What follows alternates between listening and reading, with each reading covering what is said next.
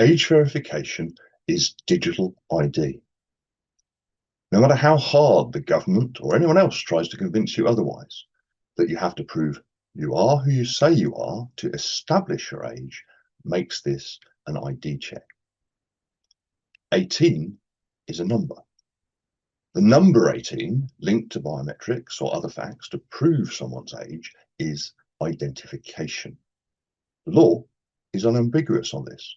Your age is your personal data. When Keir Starmer announced government digital ID last year, it prompted immediate and widespread opposition. So the government backed off a bit, saying its ID won't be compulsory. That's not true, of course. They've already said you'll have to use digital ID to get a job in future. And in January, the minister confirmed that parents will be able to apply for a digital ID for their newborn child. A national digital ID system built to issue an ID to one child must be built so it can do that to all children, to babies who won't get a choice. So how else can you make an ID you claim is voluntary compulsory in practice? It's quite obvious, really. You don't make the ID itself compulsory, you make it compulsory to provide ID to do everyday things. You make not giving ID every time a law-abiding person wants to do an entirely lawful thing a requirement. You turn everyone into suspects by default. So, how do you get people to accept being treated as suspects? Again, it's quite obvious.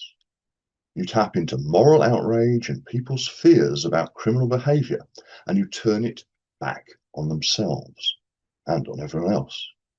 So now, a few months later, the government has announced a social media ban.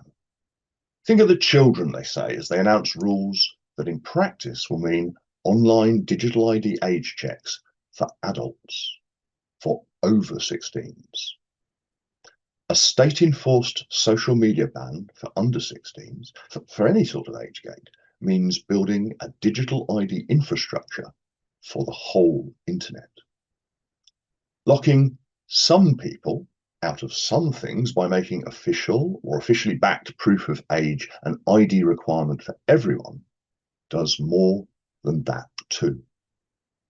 It leads to universal surveillance through audit trails, a lifelong dossier of everything you do every time you're required to use ID to prove anything, age or otherwise. That's a national digital identity register.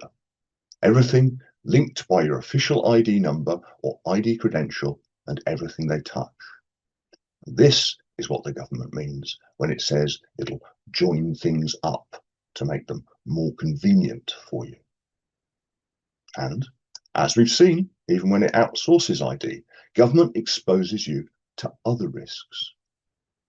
It exposed people playing games, creating and chatting with each other to bad actors, like Palantir founder Peter Thiel, whose venture capital-backed persona doesn't just estimate age, but uses your face scans to conduct 269 different verification checks, including with US government servers, watch lists, and active intelligence programs.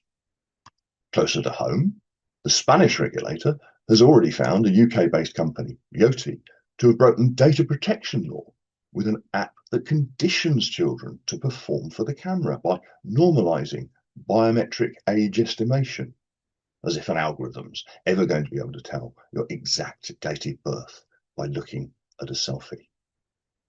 When governments fail to regulate big tech bad behavior, they help to create the very situation they use to justify their next authoritarian move on you.